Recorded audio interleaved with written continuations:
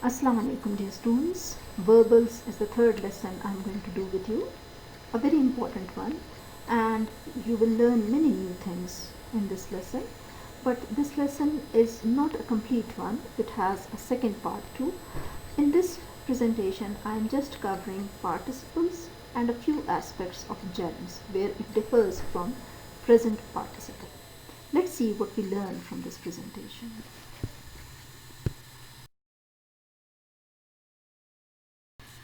Of what we are going to do in this lesson. We'll start with definition of verbals and its kinds. Then we have some important points to remember. We'll start with detailed analysis of participle, all their aspects, present, past and perfect. The definitions would be covered, its usages, along with examples. The last part to be covered is gerunds, but as I told you earlier, only a few aspects of gerunds would be covered, not complete one. Its definition would be there, its difference basically from present participle, that is the main focus, because it is a great point of confusion for students.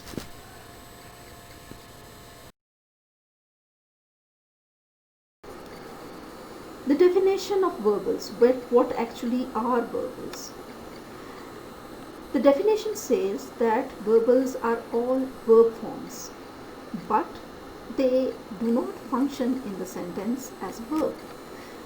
They are either functioning as noun in the case of gerunds, adjective or adverbs in the case of participles. Let's have a brief introduction of verbals.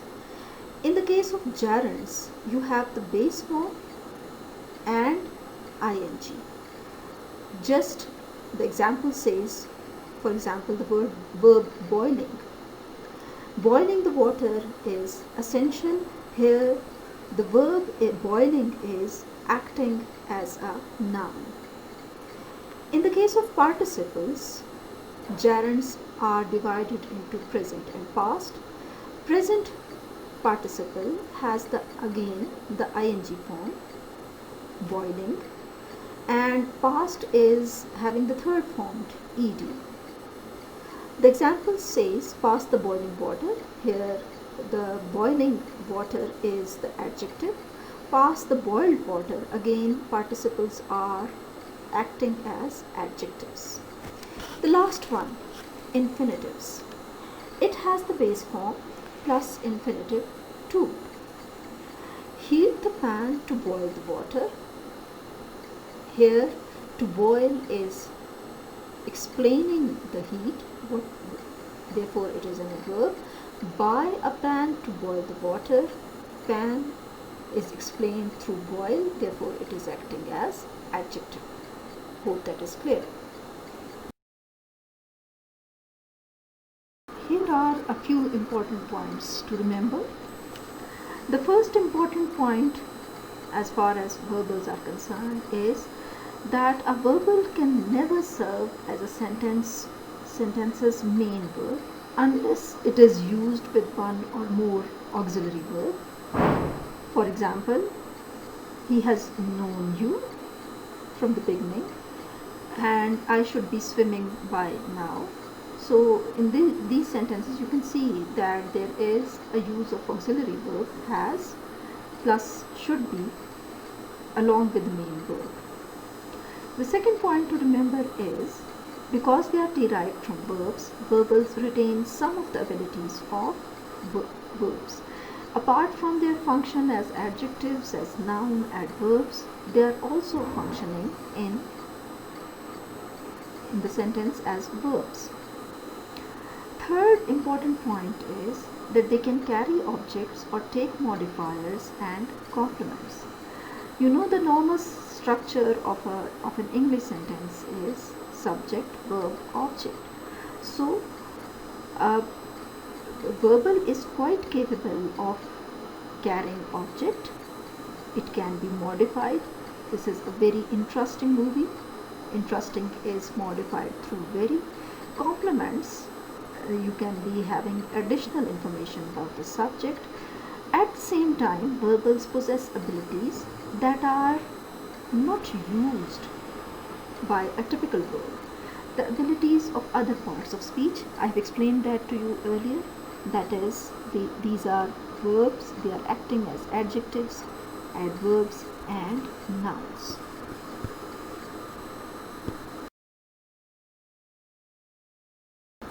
Some of the features of verbals are that they have order, voice and aspect. Order means that they follow the normal order of English sentence: subject, verb, object. They have voices, just as the normal English construction has active and passive voice. Similarly, these verbals have voices too. Aspect, they are telling about certain behavioral attitudes, and this is true for infinitive. The last important point of verbals is that tense distinctions of verbals is not absolute.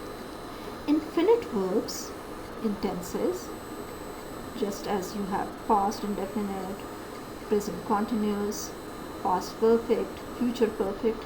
Past perfect, future is the normal distinction of finite verbs. Now there you are following a timeline, but in verbals the form of verbal does not show whether the action that it is referring to is belonging to present, past or future. So that is one other reason why they are called infinitive verbs, because they do not bound themselves within the time limits.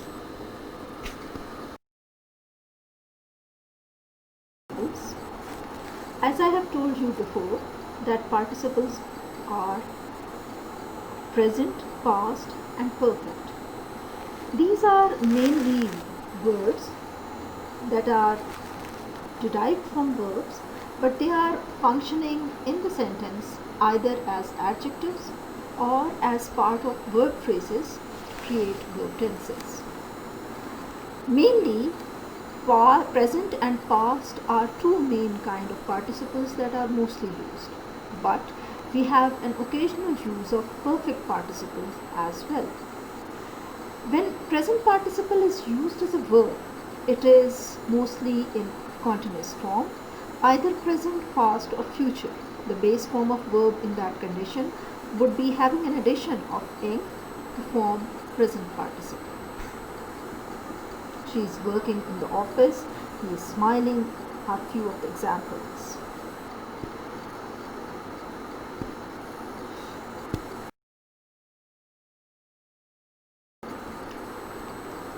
In case past participle is used in sentence, then ed form in case of regular verbs or third form of verb is added in case of irregular form of verbs. Perfect participle is formed by adding having with the first form of verb. Uses of present participle. It is used as a continuous tense, it is used as an adjective, and it is used as an infinitive. Let's see the examples. Example of continuous tense is she is waiting for her friend's arrival. If it is changed into past, for example, she was waiting for her friend's arrival, then it would still be present participle. She came into the room talking on her phone. Now just see that she came is the main verb. Talking on her phone is an infinitive because it is not describing to you any tense. It is not describing to which time does the sentence belong. She is a talking parrot. Parrot is the noun. What kind of parrot is she? She is a talking one, and this is an adjective of present participle. Uses of past participle. Past participle is used as perfect tense, either in past, present or future, the same distinction that we have in present participle. It is used as passive voice. Third, it has a similarity with present participle. It is used as an adjective.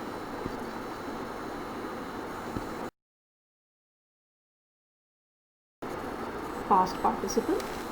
She's burned her arm, that is present perfect tense. Past participle used as present perfect tense. The burnt soup tastes sour.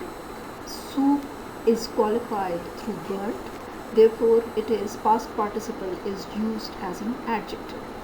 The new bed was brought into the house. Was brought is suggesting to you that this construction is passive, therefore it is past participle.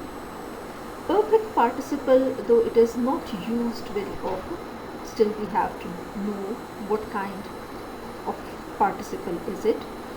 We use the perfect participle in either of the two conditions. When the action has already been completed before the other action begins, or the action takes place over a longer period of time until another action. It is formed by using having before the past participle. It also works as a verb and as an adjective. Having reached home, he went straight to his mother. Having read, he gave it to me.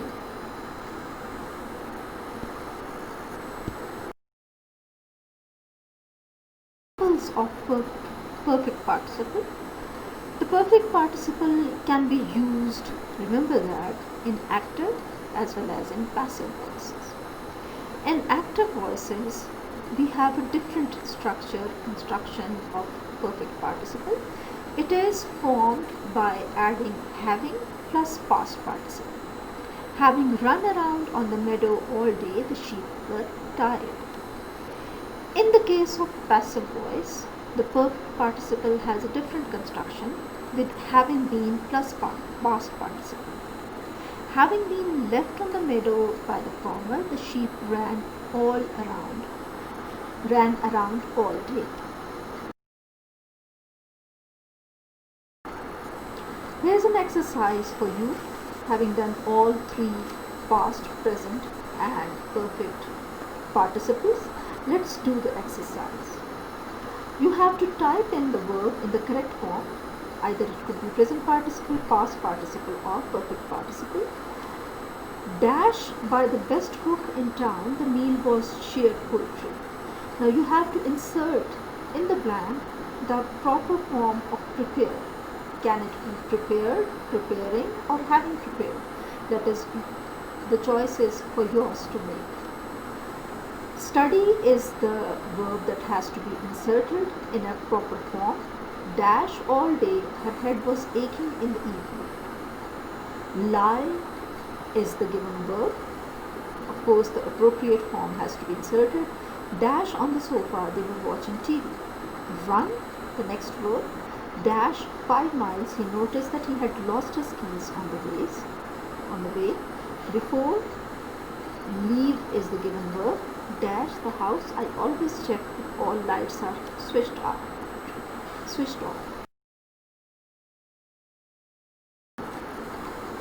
This is the next exercise. Turn the underlined part of the sentence into a participle clause. We are lying down in the sun and we are enjoying life. The first one, let me do it for you. Lying in the sun, we are enjoying life. The boy had brushed his teeth. He was allowed to watch a few more minutes of television, and you have to insert how it would be, change it into a proper appropriate participle clause. The children sat on their beds and watched the thunderstorm. The next fourth sentence is, they were surprised by a sudden storm and had to seek shelter under a tree. When they had found the secret island, they started searching for the treasure. This is the last sentence of the exercise. Come to gerunds. Now, gerunds are tricky because they share the same construction with present participle, that is the base form plus ing. But there is a very basic difference, that gerunds are acting as nouns. They are words that are formed with verbs but act as nouns. Typically, a gerund is used as a thing or an idea, and gerunds always end in ing form, and that is where the confusion is created.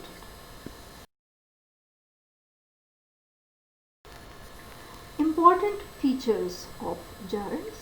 Like nouns, gerunds and gerund phrases can function as subject, object or complements in a sentence.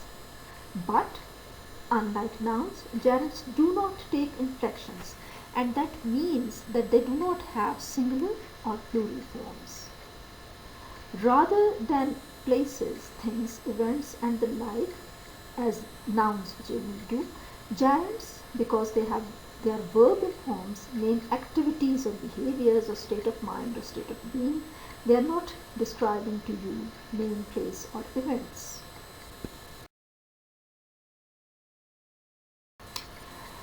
The important part of this presentation is how to distinguish between gerund and present participle.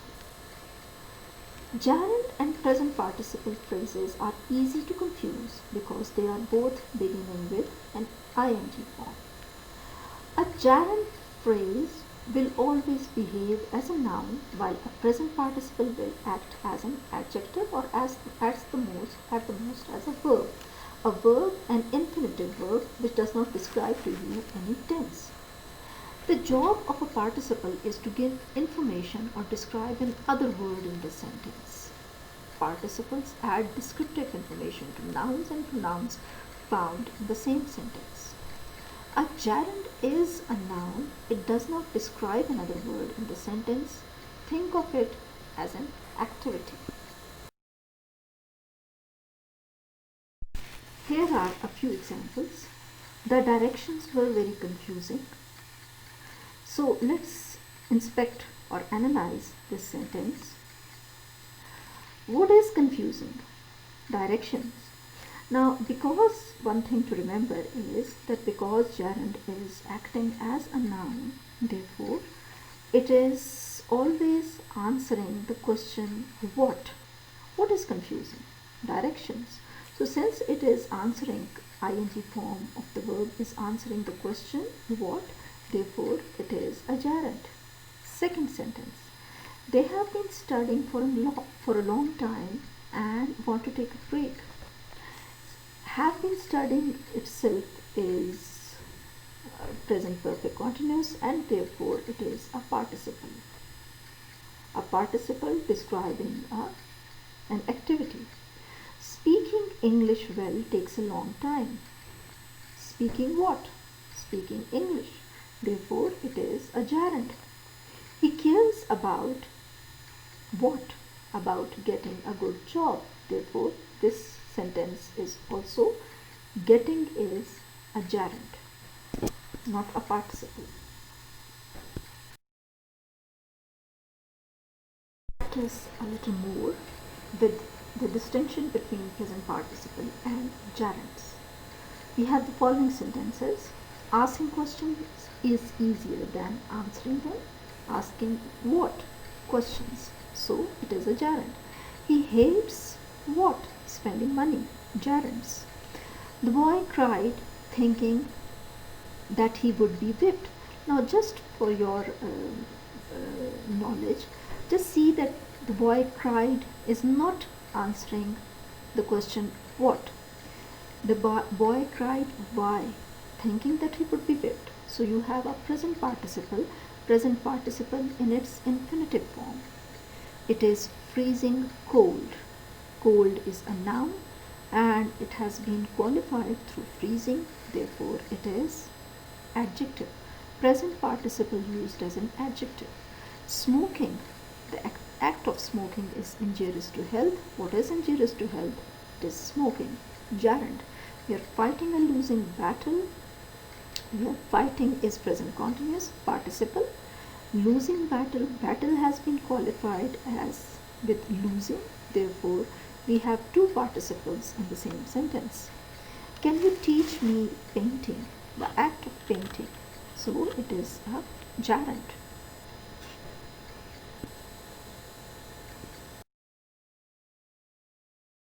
Last slide, it tells you the benefits of learning. Learn everything you can, anytime you can, from anyone you can. There will always come a time when you will be grateful what you did. I hope you enjoyed this this lesson, or at least have learned something from it. Thank you. We'll meet again, inshallah.